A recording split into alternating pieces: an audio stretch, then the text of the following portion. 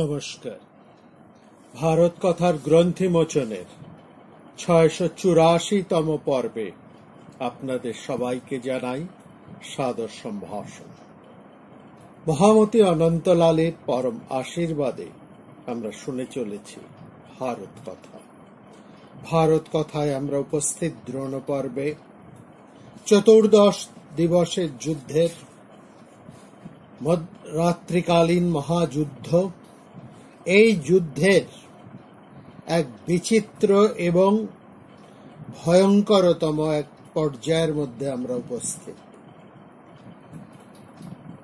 আমরা গত পর্বে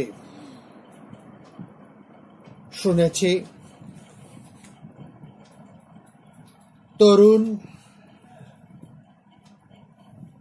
ঘটোৎকচ পুত্র তরুণ অঞ্জন পর্বাকে অশ্বত্থামা বিকৃত মনস্তত্ত্বে মেরেই ফেললেন। অশ্বত্থামা যুদ্ধ করছিলেন ঘটোৎকচের সাথে।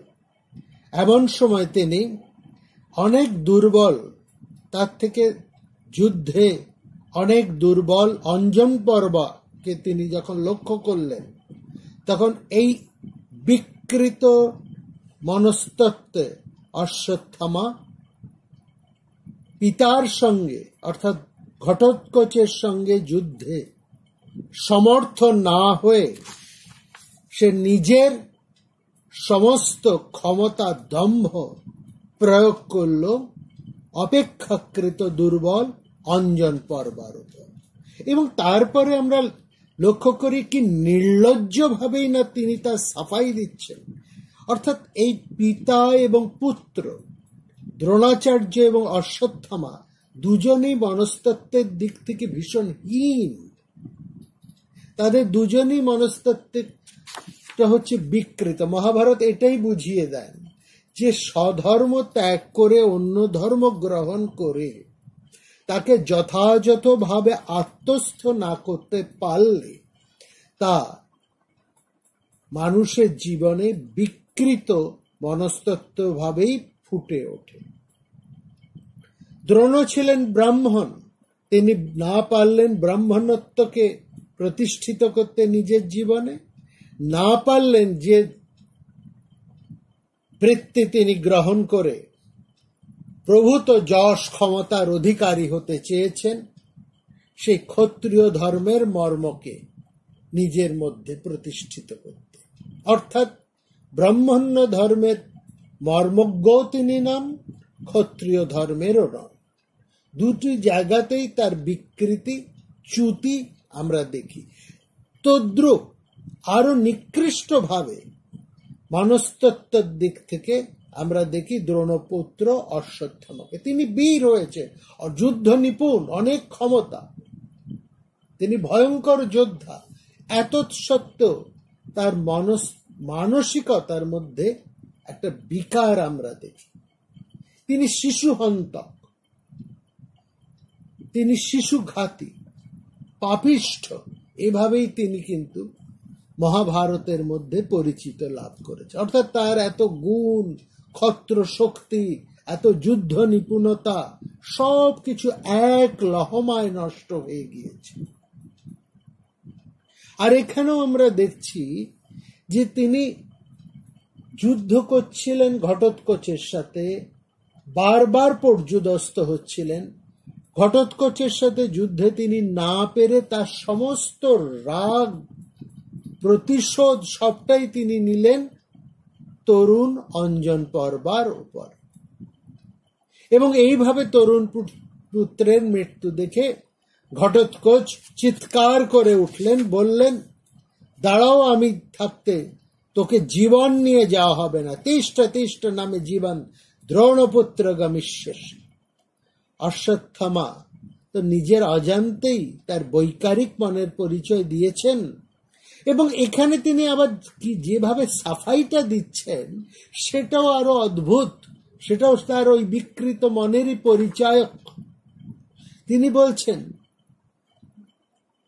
ঘটোৎকচকে, বলছে, তুমি যাও বাছা, তোমার অসাধারণ শক্তি আছে আমি জানি, তুমি অন্যজনের সাথে যুদ্ধ করো? আমি তোমার পিতা ভীমের সহাধ্যায়ী বলে আমি তোমার পিতার সমান। পিতাকে পীড়ন করা কি পুত্রের উচিত হবে? অর্থাৎ তিনি পারছেন না কোনোভাবেই যুদ্ধে ঘটোৎকচকে সামাল দিতে। সেই রাগ, সেই দেশ তিনি প্রয়োগ করেছেন তরুণ অর্জুন পর্বার ওপর। আবার এবার যখন ঘটোৎকচ তাকে আক্রমণ করছে, তখন তিনি ঘটোৎকচকে এড়াতে চাইছেন। এবং এড়াতে চাইছেন কি বলে? না, আমি তোমার পিতার সহাধ্যায়ী, অতএব আমি তোমার পিতার সমান, অতএব পিতার সঙ্গে কি যুদ্ধ করা তোমার সাজে? তাহলে তুমি যুদ্ধ করতে এসেছো কেন? তুমি তো যুদ্ধ করছিলেই, যুদ্ধ করতেই তো অবতীর্ণ হয়েছ। এখানে পিতা পুত্র এইসব তো কোনো প্রশ্ন আসে না। আর এতক্ষণ তো তুমি যুদ্ধ করেছ ঘটোৎকচের সঙ্গে। যখন ঘটোৎকচের সঙ্গে তুমি যুদ্ধ করতে পারছো না, পদে পদে তুমি অপদস্থ হচ্ছ, অসম্মানিত হচ্ছ, তোমার বীর্যবত্তা একেবারে যখন ধুলায় লুটিয়ে দিচ্ছে ঘটোৎকচ, তখন তুমি পর্যুদস্ত হয়ে, যুদ্ধে পরাজিত হয়ে তোমার বিকৃত মনের পরিচয়টি একটু আগে দিয়েছ। আর এখন সেই ঘটোৎকচ যখন আবার তোমাকে যুদ্ধে আহ্বান করেছে, তুমি আর কোনোভাবেই ঘটোৎকচের মুখোমুখি হতে চাও না, কারণ তুমি জানো যে এখানে তুমি পারবে না, কিছুতেই তোমার সামলাতে পারবে না।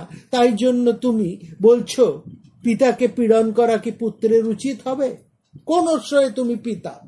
যদি তুমি সেই পিতৃমর্যাদাই দাবি করো, তাহলে তুমি কি করে শিশু অঞ্জন পর্বাকে, তরুণ অঞ্জন পর্বাকে, ঘটোৎকচ যদি তোমার পুত্রের সমান হয় তোমার কথা অনুসারে, তাহলে অঞ্জন পর্বা তো তোমার নাতির সমান। একটা বালক, তরুণ, তার উপর অস্ত্রাঘাত করতে তোমার এতটুকু বাধেনি?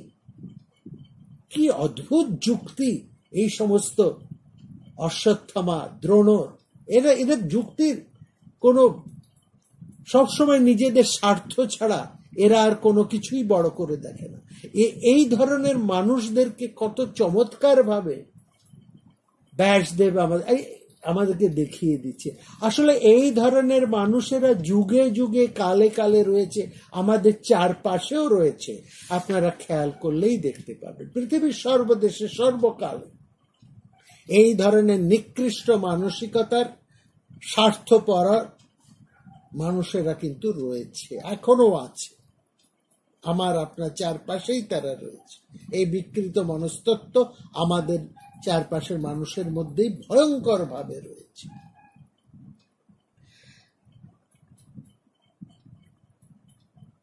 পুত্রহন্তার মুখে এরকম চালাকির কথা শুনে ঘটোৎকচ কিন্তু সহজে তাকে ছেড়ে দিলেন। বললেন, অশ্বত্থামা, তুমি কি অন্য সাধারণ লোকের মতন আমাকে যুদ্ধে খুব কাতর মনে করছো?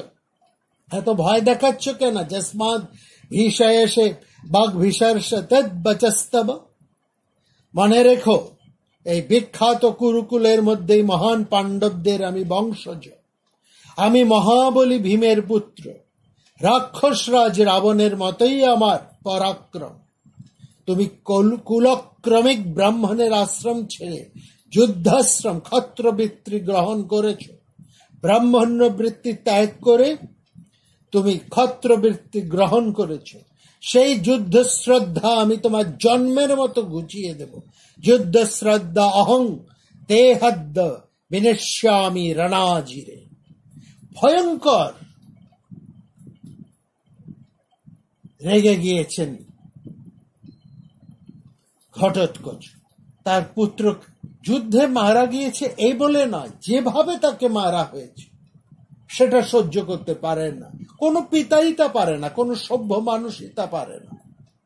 এবং ভয়ঙ্কর যুদ্ধ আরম্ভ হলো, আমরা লক্ষ্য করছি অশ্বত্থামা এবং ঘটোৎকচের মধ্যে।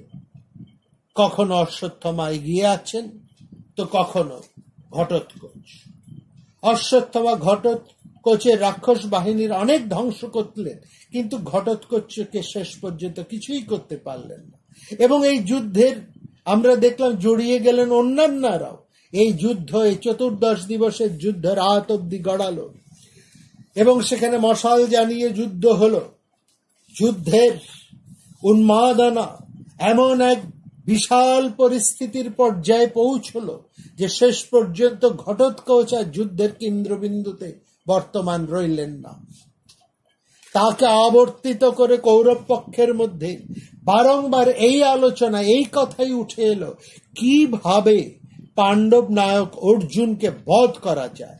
কারণ অর্জুনকে যদি বধ করা যায় তাহলে এক পরাক্রম নায়কের, উপযুক্ত নায়কের অভাবেই পাণ্ডবেরা দিশেহারা হয়ে যাবে।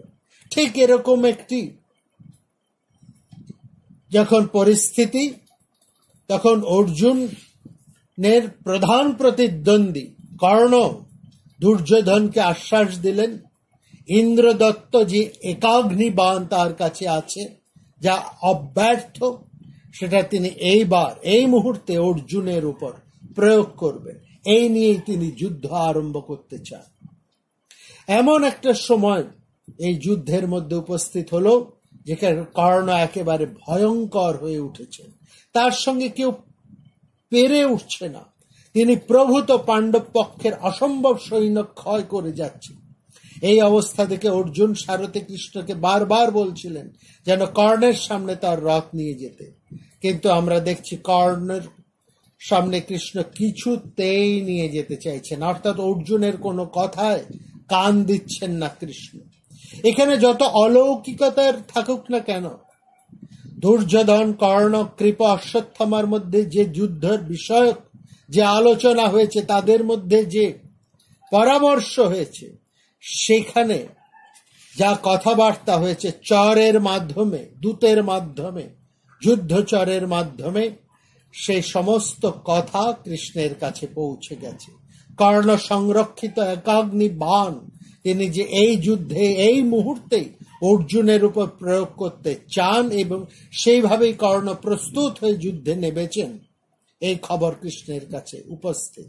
অতএব অর্জুন যতই বলুক, কৃষ্ণ কিন্তু কোনোভাবেই অর্জুনকে কর্ণের সম্মুখে নিয়ে যেতে চান না, কারণ একাগ্নি বাণ মুক্ত হলে অর্জুন মারা যাবে।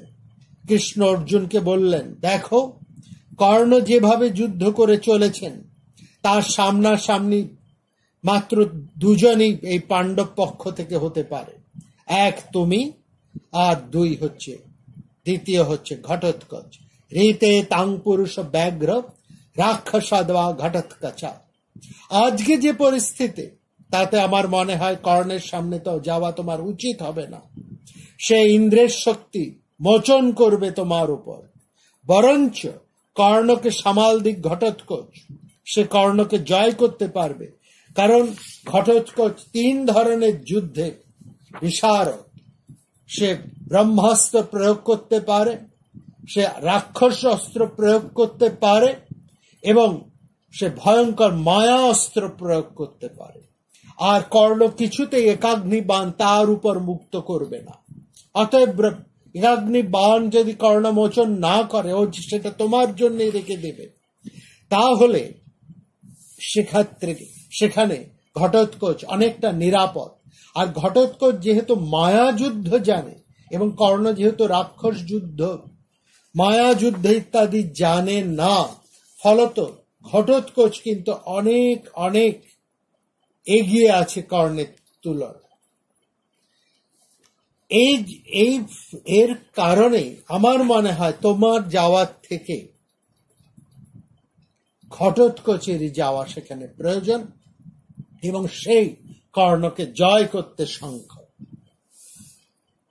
কৃষ্ণ জানতেন অর্জুনের উপর কর্ণের একাগ্নি বাণ আজকে কর্ণ যেমন করে হোক তা প্রয়োগ করবে, কিন্তু ঘটোৎকচের উপর তো সে বাণ তিনি প্রয়োগ করবেন না। কৃষ্ণের বুদ্ধির কৌশল এখানে, তাহলে ঘটোৎকচ বেঁচে যাবে। আর ঘটোৎকচ যে মায়া যুদ্ধ জানে, যে রাক্ষসী যুদ্ধ জানে, তা কর্ণ জানেন। ফলত অন্তরাল থেকে যুদ্ধ করে কর্ণকে সহজেই কাবু করতে পারবেন ঘটোৎকচ। সুতরাং আজকে কোনোভাবেই অর্জুনকে কর্ণের সামনে নেওয়া যাবে না। আর একান্ত যদি তা নাও হয় তাহলে ঘটোৎকচ মারা যাবে, অর্জুন কিন্তু বেঁচে যাবে। প্রয়োজন হচ্ছে অর্জুনকে বাঁচিয়ে রাখা, সেটাই সবচেয়ে বড় কথা। ভয়ঙ্করী যুদ্ধে নিয়ে আজকে কর্ণ উপস্থিত হয়েছে কুরুক্ষেত্রের যুদ্ধক্ষেত্রে। সুতরাং কৃষ্ণ ঘটোৎকচকে ডেকে পাঠালেন, বললেন তোমাকে আজ কর্ণের প্রতিপক্ষে দাঁড়াতে হবে ঘটোৎকচ। আজকে এই পাণ্ডব শিবির মহা বিপদে পড়েছে, এখন রাত্রি যুদ্ধ চলেছে। এই রাত্রি যুদ্ধে একমাত্র তুমি অদ্বিতীয় বীর, যে রাত্রি যুদ্ধে সমস্ত প্রতিপক্ষকে সম্মোহিত করে তাদেরকে শেষ করতে পারো। লক্ষ্য করবেন, দ্রোণাচার্য যে ব্যূহ রচনা করেছিলেন, সেই ব্যূহের একমাত্র অভিসন্ধি সেই সময় জানতেন অভিমন্যু। বাকিরা তো সেই সময় নেই সেখানে, তাদেরকে কৌশল করে সরিয়ে দেওয়া হয়েছে। আর এই রাত্রি যুদ্ধের মায়া যুদ্ধের কৌশল একমাত্র জানেন ঘটোৎকচ, আর কেউ নয়। সুতরাং ওইখানে অভিমন্যুকে পাঠানো হয়েছিল দ্রোণর সেই ব্যূহ ভেদ করার জন্য, আর আজকে ঘটোৎকচকে পাঠানো হচ্ছে এই রাত্রিকালীন যুদ্ধে ভয়ঙ্করী বুদ্ধি নিয়ে যে কর্ণ উপস্থিত এই যুদ্ধে, তাকে প্রতিহত করার জন্য। অতএব যে বিপত্তরণের জন্য মানুষ পুত্র কামনা করে, আজ সেই সময় উপস্থিত। অতএব তুমি আমাদের বাঁচাও ঘটোৎকচ। এদর্থং হি হৈড়ম্ব পুত্রানিচ্ছমানব। কৃষ্ণের কথা শুনে অর্জুন ঘটোৎকচকে বললেন, তুমি ভীম এবং সাত্যকীর উপর আমি ভীষণভাবে নির্ভর করছি। তোমার উপর, ভীমের উপর এবং সাত্যকীর উপর আমিও ভীষণভাবে নির্ভর করছি। আমার বিশ্বাস, আমাদের বিশ্বাস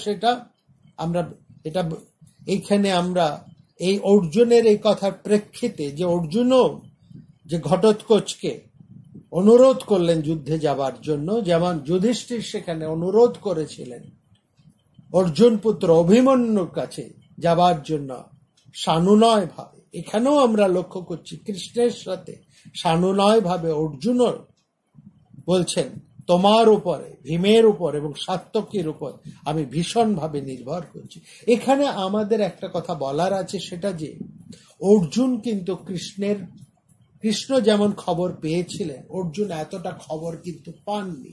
যদি তিনি জানতেন যে তার পুত্রতুল্য ঘটোৎকচের মূল্যে নিজের প্রাণ রক্ষা করতে হবে, তাহলে অর্জুনের মতন বীর কখনোই ঘটোৎকচকে কর্ণের সম্মুখীন হতে দিতেন না। এই ক্ষত্র বুদ্ধি কিন্তু অর্জুনের ছিল না। তিনি বীরধর্ম পালন করবেন এবং সেখানে কোনো দুর্বলতা নেই, সেখানে কোনো অসুয়া নেই এবং সেখানে কোনো অধর্মও নেই। তিনি জেনে শুনে কখনোই ঘটোৎকচকে মৃত্যু মুখে ঠেলে দিতে পারেন না। অতএব অর্জুন এবং কৃষ্ণের সানুনয় অনুরোধে ঘটোৎকচ পরম গর্ব অনুভব করলেন। তিনি বললেন, সাত্যকী ভীম কাউকে লাগবে না, আমি একাই এই যুদ্ধে কর্ণ, দ্রোণ এবং অন্যান্য ক্ষত্র বীরদেরকে যমের মুখ যমসদন পাঠিয়ে দেব। অলমেমাস্মি কর্ণায় দ্রোণালঞ্চ সত্যম। তিনি বললেন, এমন যুদ্ধ তিনি করবেন যা পৃথিবী চিরদিন চিরকাল মনে রাখবে। সত্যি সেদিন ঘটোৎকচ এমন যুদ্ধ করেছেন যা চিরকাল মনে রাখার মতোই। তাকে দেখা মাত্রই কৌরব বাহিনীর মধ্যে ত্রাহি ত্রাহি রব উঠে গেল। দুর্যোধন কর্ণের জন্য শঙ্কিত হয়ে উঠলেন। মহামতি ধৃতরাষ্ট্র শঙ্কিত হয়ে ঘটোৎকচের রথ বাহন এবং তার চেহারার বর্ণনা শুনতে চাইলেন। সেই সব বর্ণনা আমরা আগের পর্বে কিছু করেছি। তার ঘটোৎকচের আকৃতি, তার রথ, তার ধনুক, তার অন্যান্য তার পরিমাণ এবং তার বাণ, সমস্ত অন্যান্যদের থেকে সম্পূর্ণ আলাদা এবং অত্যন্ত ভয়ঙ্কর দর্শন।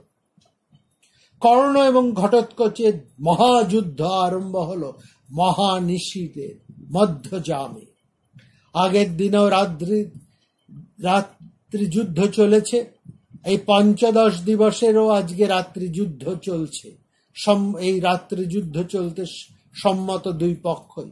দুই মহাবীরের মধ্যে যুদ্ধ চলল দুই মহাবীরের মতনই। মহাভারতের কবি এই দীর্ঘ যুদ্ধ বর্ণনার দিয়েছেন এবং সেখানে তিনি বলেছেন দুই যোদ্ধাই এমন ভাবে প্রাণ বাজি রেখে যুদ্ধ করছেন। প্রাণায়র দিব্যত রাজন কর্ণ রাক্ষসায় মৃধি। এবং যে ভাষায় মহাকবি এই যুদ্ধের বর্ণনা করেছেন তা আমাদের এই সংক্ষিপ্ত পরিসরে বা আমাদের এই দীন ভাষায় তা প্রকাশ করা সম্ভব নয়। এখানে আমরা একথাই কেবল বলতে পারি, কর্ণ কোনোভাবেই ঘটোৎকচের সঙ্গে পেরে ওঠেননি।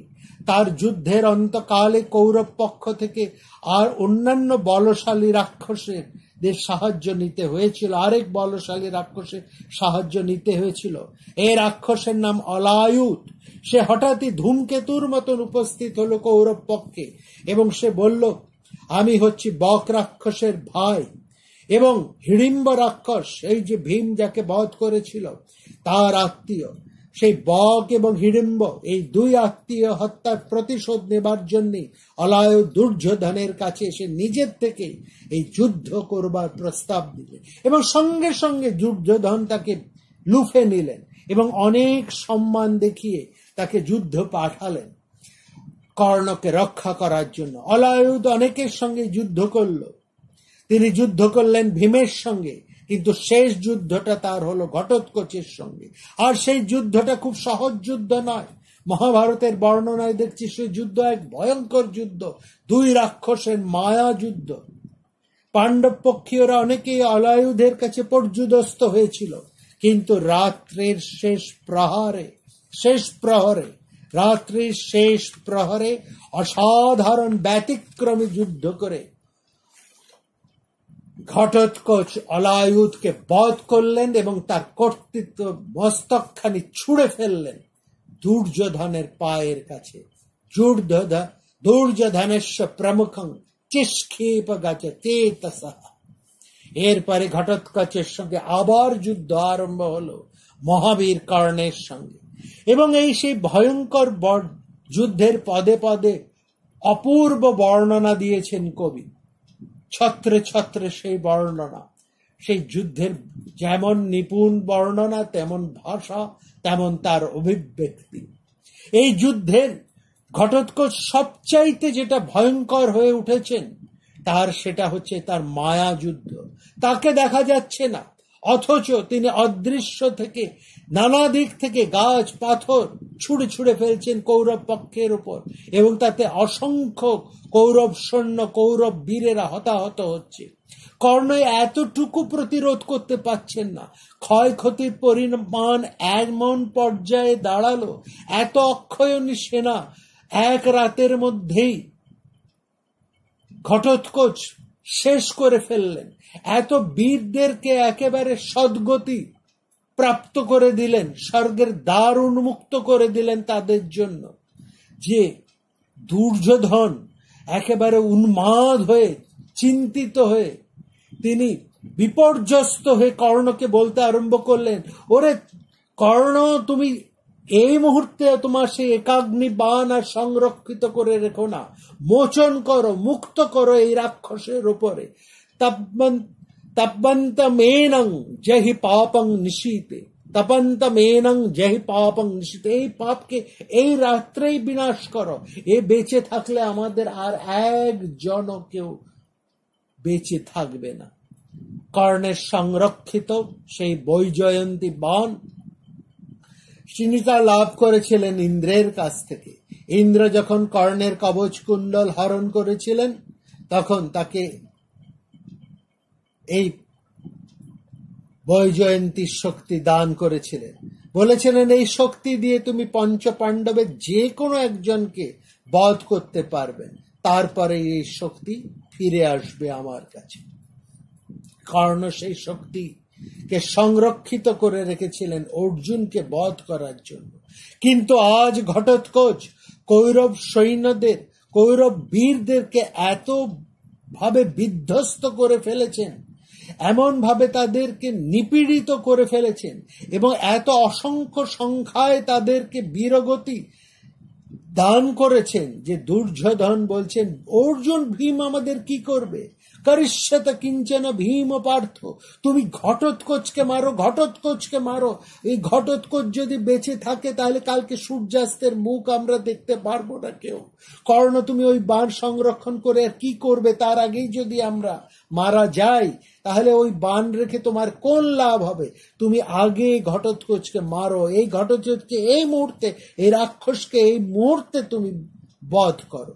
তাহলে বোঝা যায় যে আজকের এই রাত্রের এই মায়া যুদ্ধে ঘটোৎকচ কি ভয়ঙ্কর রূপ ধারণ করেছে, এবং সেখানে কর্ণ, কৃপ সহ সমস্ত কৌরব বাহিনী, তাদের সেনানীরা কি পরিমাণ বিপর্যস্তই না হয়ে উঠেছে। ঠিক একই রকম ছবি আমরা এখানে দেখছি। যেমন ভাবে সেই অভিমন্যু ভয়ঙ্করতম হয়ে উঠেছিলেন, তার সামনাসামনি মুখোমুখি কেউ হতে পারছিলেন না, তখন সেখানে দ্রোণ মাত্র পরামর্শ দিয়েছেন, একমাত্র পেছন থেকে সবাই মিলে তাকে বধ করো, পেছন থেকে তাকে বানাঘাত করো। প্রথমে তার ঘোড়ার লাগামগুলোকে কেটে দাও, তার পেছনের দিকের সারথীদেরকে বধ করো, তারপর তার ধনুকে ছিলাটাকে কেটে দাও। এবং তারপরও আমরা দেখলাম অভিমন্যু যখন তরোয়াল হাতে সেই রথ থেকে মুহূর্তের মধ্যে নেমে এলেন, তার সেই ভয়ঙ্কর মূর্তির সামনে কেউ সম্মুখীন হতেই পারলেন না, যোদ্ধারা তার সাথে যুদ্ধ করতে করতে পালিয়ে গেলেন। সেই মুহূর্তে দ্রোণ বলছেন, সামনের থেকে নয়, সামনের থেকে নয়, পেছন থেকে মারো, পেছন থেকে মারো, অন্যায় যুদ্ধে মারো। আর ঠিক একই রকম ভাবে আজকেও আমরা দেখছি ঘটোৎকচের সঙ্গে না পেরে ওঠে কর্ণকে বলছি, তোমার সেই ভয়ঙ্করতম বাণ, সেই ব্রহ্মাস্ত্র, সেই বৈজয়ন্ত বাণ তুমি ক্ষেপণ করো ঘটোৎকচের উপরে। অর্জুনের জন্য সংরক্ষণ করে কোনো লাভ নেই, কারণ এই ঘটোৎকচ যদি আজকে বেঁচে থাকে তাহলে আমরা কেউ কালকে সূর্যোদয় দেখতে পাবো না। সমস্ত কৌরব বাহিনী এখানেই আজকে রাত্রেই শেষ হয়ে যাবে। আর কিছুই করার ছিল না কর্ণের। তিনি নিজেও এতটা বিপর্যস্ত এবং অন্যান্যদের কাছ থেকে এতটা চাপ, তিনি ক্ষেপণ করলেন নিজের প্রাণের মূল্যে সেই বৈজয়ন্তী শক্তি ঘটোৎকচের উদ্দেশ্যে। উল্কার মতন আগুন ঝরাতে ঝরাতে সেই উজ্জ্বল লেলিহান যমের জিহ্বার মতন সেই বৈজয়ন্তী শক্তি ছুটে আসছে দেখে ঘটোৎকচ বুঝলেন যে তার শেষ সময় ঘনিয়ে আসছে। তিনি মায়া বলে নিজের শরীরটাকে বিশাল থেকে বিশালতর করে ফেললেন এবং ভয়ে কেমন যেন পেছোতে লাগলেন নিরাপদ আশ্রয়ের জন্য। ভীতং রক্ষ বিপ্র দুদ্রাব রাজন কৃতাত্মানং বিন্ধতুল্য প্রমাণ। মহাশক্তি, সেই ভয়ঙ্কর মহাশক্তি, মহাভারত বলছে যেন মৃত্যুর ভগিনীর মতন সেই মহাশক্তি ঘটোৎকচের হৃদয় ভেদ করল। ঘটোৎকচের অচেতন সেই বিশাল থেকে বিশালতম মৃত শরীর পতনের সময়ও কৌরব সৈন্যকে একাংশকে একেবারে নিষ্পিষ্ট করে মাটিতে পড়ল। হত পেবং তব সৈন্য দেশমপথয়ন শ্রেণ দেহেন রাজন। ঘটোৎকচের পতনে সারা কৌরব শিবিরে জয়ধ্বনি উঠল, বেজে উঠল তুরি ভেরি, আর পঞ্চ পাণ্ডবদের হৃদয়ে নেমে এলো অন্ধকার। পুত্র ঘটোৎকচ মারা গেছে। তখনও যুদ্ধ চলছিল বলে পাণ্ডবেরা 5 জনই ছিলেন, একত্র ছিলেন না, কিন্তু যে যেখানে ছিলেন সেখান থেকে ঘটোৎকচের মৃত্যু দেখে তারা তাদের হৃদয়ের শোক, তাদের অশ্রুকে রুদ্ধ করতে পারলেন না। বভূব পাণ্ডবা সর্বে শোক বাষ্পাকুলেশখানা। এর মধ্যে একটা আশ্চর্য ঘটনা আমরা দেখলাম। ঘটোৎকচ মৃত্যুর সংবাদ শুনে কৃষ্ণ আনন্দে সিংহনাদ করে উঠলেন। তিনি একবার অর্জুনকে ধাক্কা দিয়ে তার গায়ে চাপড় মেরে তাকে আলিঙ্গন করে এমন নৃত্য আরম্ভ করলেন, সেটা শোকাহত পাণ্ডবদের সামনে বড় দৃষ্টিকটু বলেই মনে হলো। নার্তত হর্ষ সংবিত বাত ধৃত এবং ধ্রুব। অর্জুন এটা একে ভালোভাবে নিতে পারলেন না। অন্যান্য কৃষ্ণ অর্জুনকে লক্ষ্য করছিলেন। অর্জুন বলেই ফেললেন, ঘটোৎকচের মৃত্যুতে আমরা প্রত্যেকেই শোকাহত, সেখানে কৃষ্ণ তুমি এমন আনন্দ, তোমার এত আনন্দ, তা তো আমাদের ভালো লাগছে না। অতি হর্ষ রায় স্থানতাবদ্ধ মধুসূদন। ঘটোৎকচ পতনে সমস্ত পাণ্ডব সৈন্য যুদ্ধ বিমুখ হয়ে পড়েছে, আমরাও ভীষণ শোকাহত, আর তুমি এমন আনন্দ উৎফুল্ল হয়ে নেচে চলেছ, কি কারণ? তোমার ব্যবহার আমাদের বড় আশ্চর্য লাগছে। তোমার এই আনন্দের কারণ কি আমাদেরকে একবার একটু খুলে বলবে? কৃষ্ণ এবার তার সেই আনন্দের উৎসাহের কারণ বললেন, আজ না হোক। এই যুদ্ধে কর্ণ তো একসময় ভয়ঙ্কর হয়ে উঠতেন, তার কাছে ইন্দ্রদত্ত বৈজয়ন্তী শক্তি সংরক্ষিত ছিল তোমাকে বধ করার জন্যই। সেই শক্তিটি ঘটোৎকচের উপর ব্যয় করে দিতে পেরেছি আমি। দিষ্টাসা বায়সংসিত শক্তির অমোঘস্য ঘটোৎকচে। কর্ণের সহজাত কবচ কুণ্ডল যদি তার শরীরের সাথে থাকতো, তাহলে তাকে হত্যা করা দেবতাদেরও অসাধ্য ছিল। ইন্দ্র সেটা তোমার জন্য হরণ করেছিলেন কর্ণের কাছ থেকে, কিন্তু তার পরিবর্তে যে অভ্যর্থ শক্তি তিনি দান করেছিলেন, সেটা থাকলেও কর্ণ আজ অজেয়। ইন্দ্র সত্তা শক্তি না থাকায় তিনি আজ সাধারণ যোদ্ধার মতোই নেবে এসেছেন। সদ্য মানুষতং প্রাপ্ত বিমুক্ত সৎকুদত্তরায়া। তাকে এখন সহজে হত্যা করা সম্ভব হবে। কৃষ্ণের এই যুক্তি বা এই অনুমান আমরা বুঝতে পারি যে কৃষ্ণ অর্জুনকে এতটাই স্নেহ করেন, এতটাই তার সখা প্রতি তার এতটাই ভালোবাসা, যে তিনি তার সমস্ত কিছুর বিনিময়ে এমনকি অন্য প্রাণের মূল্যেও তিনি তার সখা অর্জুনের জীবনকে রক্ষা করতে সচেষ্ট। তার যুক্তি সঠিক, সে কারণ সখ্য রসের রসিক তিনি। সমস্ত কিছুর বিনিময়ে তিনি তার পরম সখার জীবন রক্ষা করতে চাইবেন। এই সখ্য রসস্ফূর্তি সৌযৌক্তিক, কিন্তু এর পরের কথাটা আমাদের কাছে কিন্তু ভালো লাগেনি। অর্জুনকে কৃষ্ণ বলছেন, দেখো অর্জুন, আমার প্রেরণাতেই ঘটোৎকচ মায়াবী অলায়ুধকে বধ করেছে, এবং আমি সেই বুদ্ধি করেছি যাতে ঘটোৎকচ যুদ্ধে অতিমাত্রায় উৎসাহিত হলে কর্ণ তার সংরক্ষিত বৈজয়ন্তী অস্ত্র ব্যবহার করেন। এই সৌযৌক্তিক কথার পর কৃষ্ণ বললেন, তবে হ্যাঁ, ঘটোৎকচের প্রকৃতি ভালো নয়। কর্ণ যদি একে না বধ করতেন, তাহলে আমি তাকে বধ করতাম। কেন না? ঘটোৎকচ ব্রাহ্মণ বিদ্বেষী ছিল, ব্রাহ্মণের যজ্ঞ ধ্বংস করার অভ্যাস ছিল তার। যে এইভাবে ধর্মলোপ ঘটিয়েছে, তার উপর কর্ণের মহাশক্তি ব্যয়িত হয়, সেই ধর্মও রক্ষা পেল, তুমিও রক্ষা পেলে। ধর্মস্য লোপ্তা পাপাত্মা তস্মাদেশ নিপাতিত।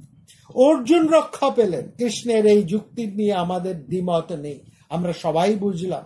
কিন্তু ঘটোৎকচ ব্রাহ্মণ্য দেশী, তিনি ধর্মলোপ করাচ্ছিলেন। কৃষ্ণের এই যুক্তি আমরা কিন্তু মেনে নিতে পারি না, সেখানে আমাদেরও প্রতিযুক্তি আছে।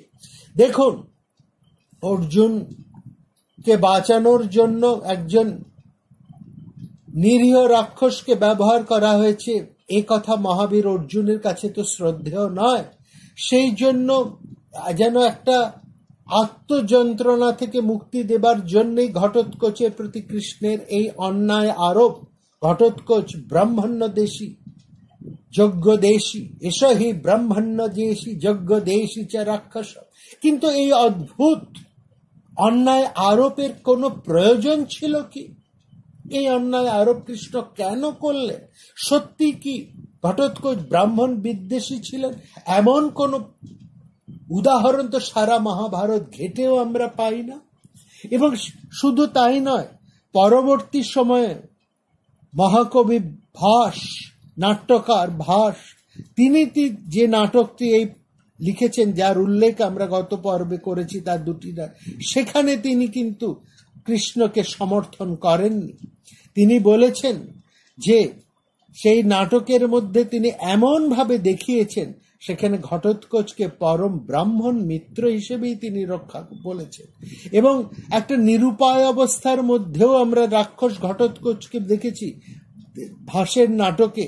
ভাস সেখানে ঘটোৎকচের মুখের মধ্যে এই শব্দই প্রয়োগ করেছেন, যেখানে ঘটোৎকচ সোচ্চারে বলছেন, ব্রাহ্মণরা আমার শ্রদ্ধার পাত্র বটে, কিন্তু আমি নিরুপায়, মায়ের আদেশ, সেই জন্যে আমি ব্রাহ্মণ রূপী একজনকে বন্দী করে নিয়ে যেতে পারছি।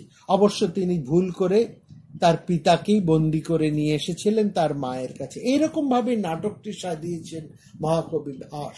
আমরা সেই নাটকের মধ্যে গত পর্বেও যাইনি, এই পর্বেও যাইনি। উৎসাহী মাত্রই মহাকবি ভাসের সেই নাটক দুটি আপনারা শুনেন, অন্য জায়গা থেকে পড়ে নিতে পারেন, সেটি সব জায়গায় এখন পাওয়া যায়।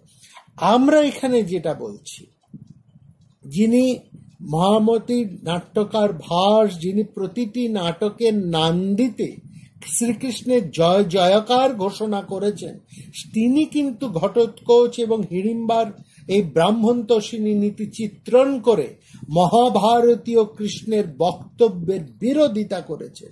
এবং তিনি স্পষ্ট করে বুঝিয়ে দিয়েছেন যে কৃষ্ণের এই অন্যায় দোষ আবিষ্কার একেবারে নিরর্থক, কোনো প্রমাণেই তা টেকে না।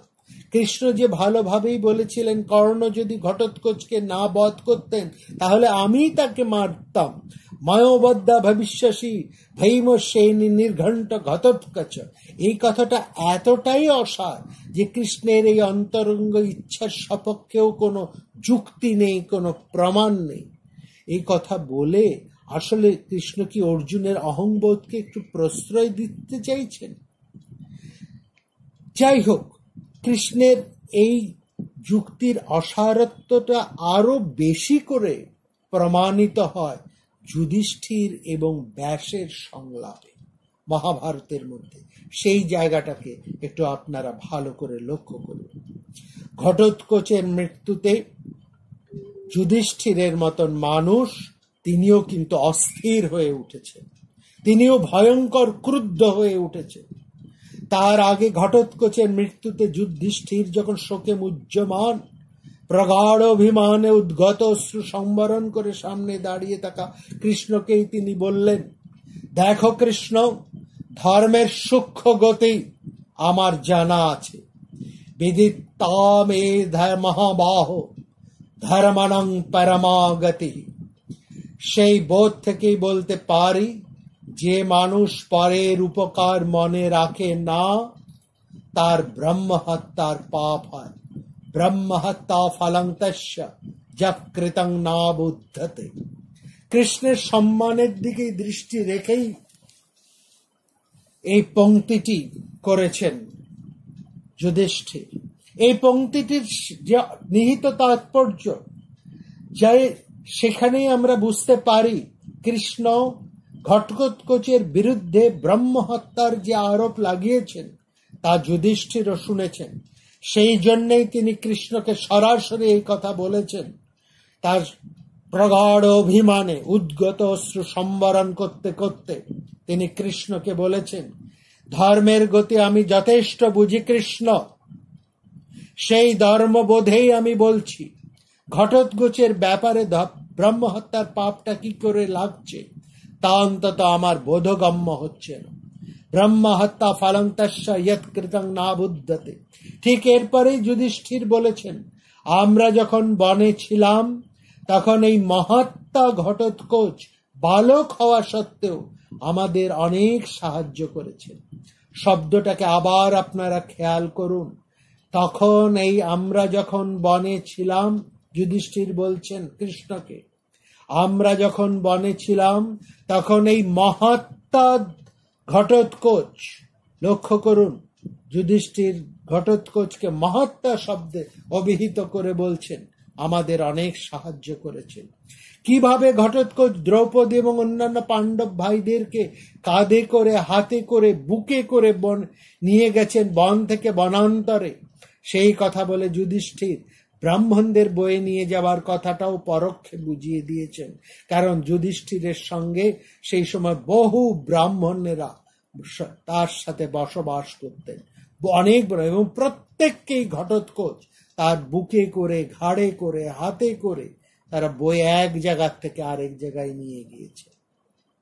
যুধিষ্ঠির শেষ সিদ্ধান্ত করে কৃষ্ণকে বলছেন, আমার কনিষ্ঠ সহদেবের উপর আমার যেমন স্নেহ, তেমনি ঘটোৎকোচের উপর আমার একই রকম স্নেহ। শৈবমে পরমাপ্রীতি রাক্ষসেন্দ্রে ঘটোৎকোচে, আমি যেমন ঘটোৎকোচের প্রিয়, ঘটোৎকোচ তেমনি আমার পরম প্রিয়।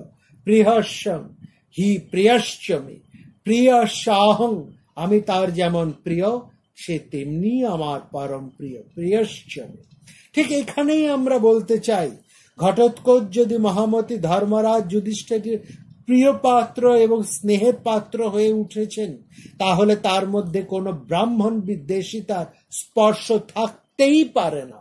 যদি এতটুকু ব্রাহ্মণ দেশিতার স্পর্শ ঘটোৎকোচের মধ্যে থাকতো, তাহলে আর যেই হোক যুধিষ্ঠিরের প্রিয় পাত্র সে হয়ে উঠতে পারে না।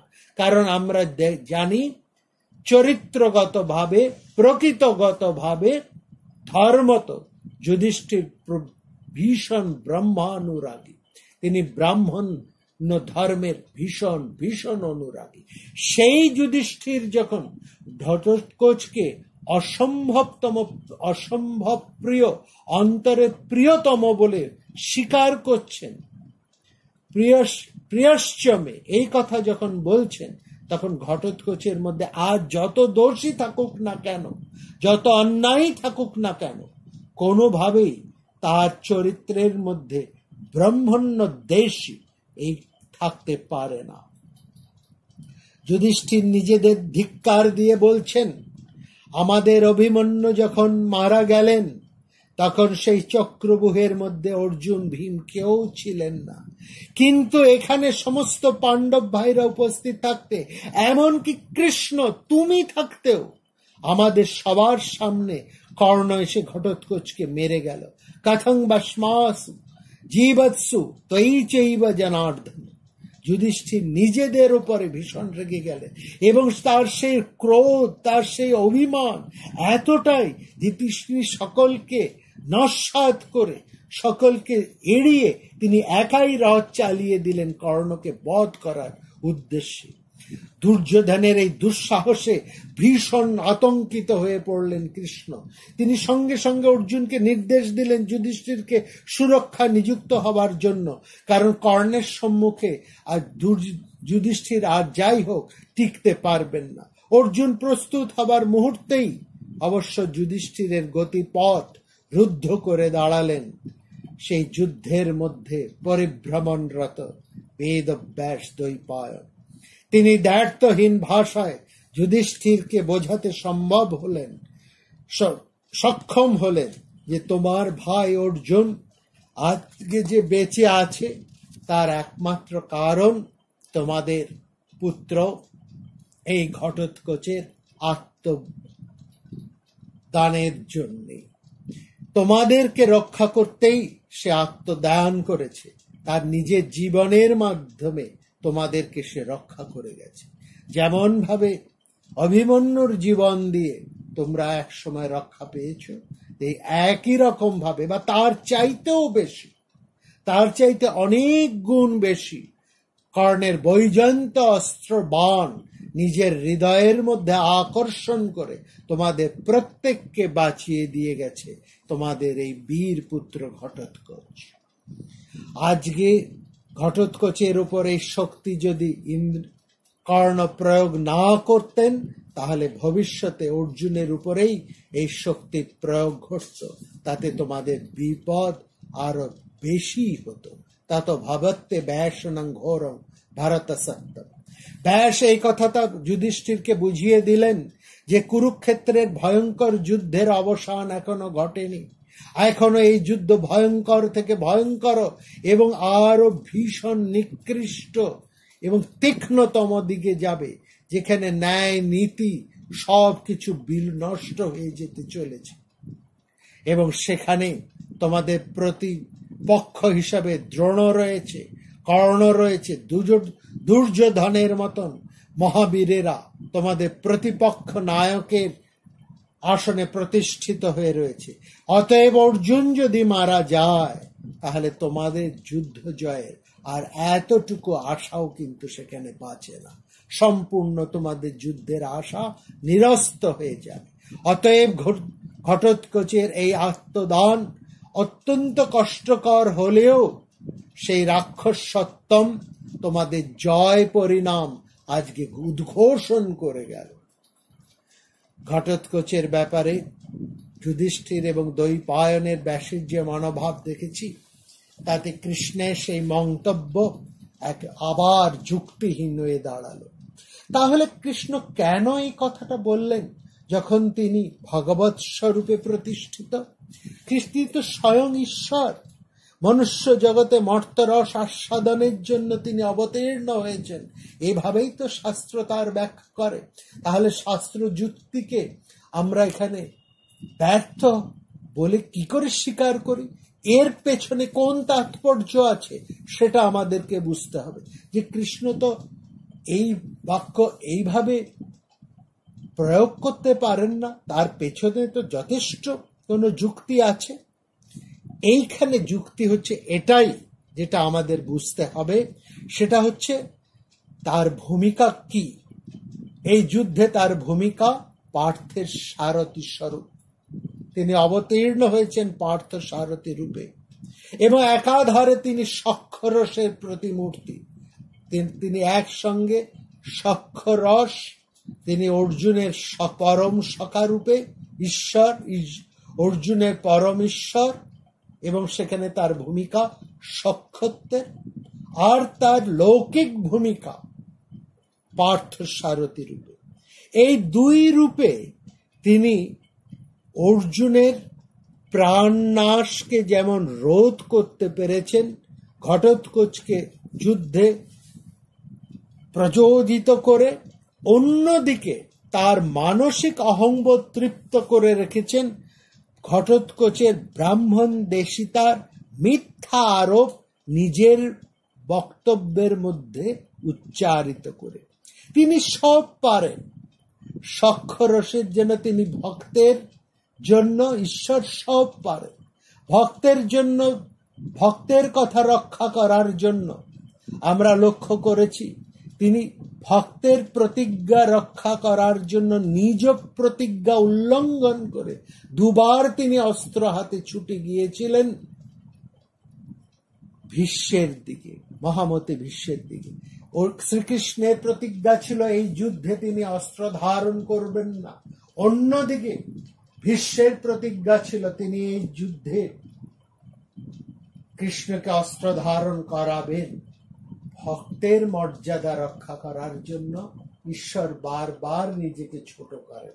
নিজের সেখানে আমরা দেখলাম ভীষ্মের প্রতিজ্ঞা রক্ষা করার জন্য তিনি নিজ প্রতিজ্ঞা চ্যুত করে দুবার ছুটে গিয়েছেন ভীষ্মকে বধ করার উদ্দেশ্যে। আবার এখানেও আমরা দেখছি অর্জুনকে রক্ষা করার জন্য তিনি কতটা ব্যাকুল। তিনি অন্যের প্রাণের বিনিময়ে নিজের সখাকে তিনি রক্ষা করছেন, এবং শুধু তা মাত্র তাই নয়, তিনি সমস্ত কলঙ্ক, মিথ্যারোপের কলঙ্ক তিনি তুলে নিচ্ছেন।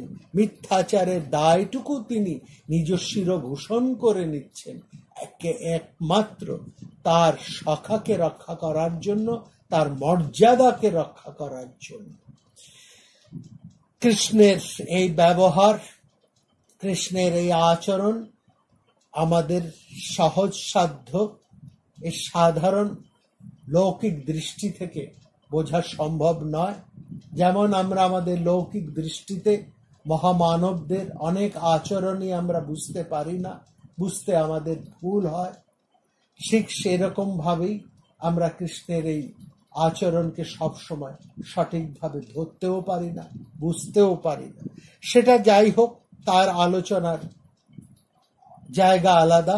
যদি আমরা কখনো ভাগবত নিয়ে আলোচনা করতে পারি, সেখানে আমরা এই বিষয় নিয়ে বিস্তৃতভাবে আলোচনা করব। আমরা ফিরে আসি কুরুক্ষেত্রের এই পর্বে, এই মহাযুদ্ধে হৈড়িম্ব ঘটোৎকচকে আমরা কিভাবে দেখলাম, কিভাবে আমরা দেখেছি অভিমন্যুকে, অর্জুন পুত্র অভিমন্যুকে, তাকে নিয়ে আমরা দীর্ঘ আলোচনা করেছি।